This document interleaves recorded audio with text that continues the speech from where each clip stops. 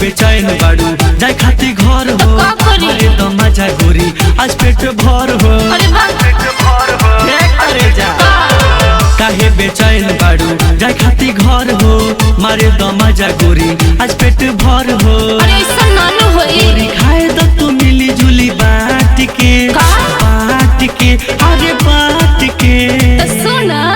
हमके घर के न छोड़ो बना घाट के हमके घर के न छोड़ो बना घाट के राजा छोड़ दे वो हमारा कचाट के हमके घर के न छोड़ो बना घाट के राजा छोड़ दे वो हमारा कचाट के बुझला हमके घर के न छोड़ो बना घाट के म्यूजिक बाय अमित गुप्ता।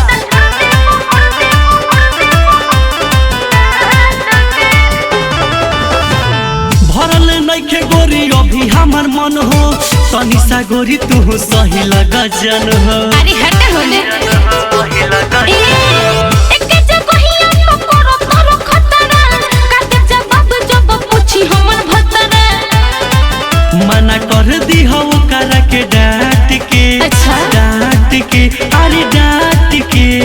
ओके राजा घर के न रहब ना घाट के राजा घर के न रहब ना घाट के तू तो छोड़ दे वो हमरा के चाट के राजा घर के न रहब ना घाट के तू तो छोड़ दे वो हमरा के चाट के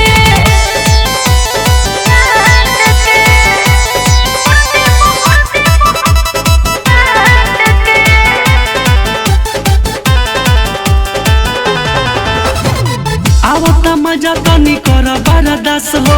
बिटू बिना के बनल तू खास हो ओहो हो मुंगे लगा है हवे तो सड़क धन हो नरेश राजा ना बिगड़ो अपन मन हो मजा धना तू उठावा के साथ के अरे साथ के ना ना ना ना घर के ना छोड़ो बना घाट के ना ना घर के ना छोड़ो बना घाट के राजा छोड़ दे वो हमरा के चाट के ना ना घर के ना छोड़ो बना घाट के तू तो छोड़ दे वो हमरा के चाट के काहे बेचैन बाड़ू जाय खाती घर हो मारे तो मजा गोरी आज पेट भर हो अरे ऐसा ना होए गोरी खाए तो तू मिली जुली बाट के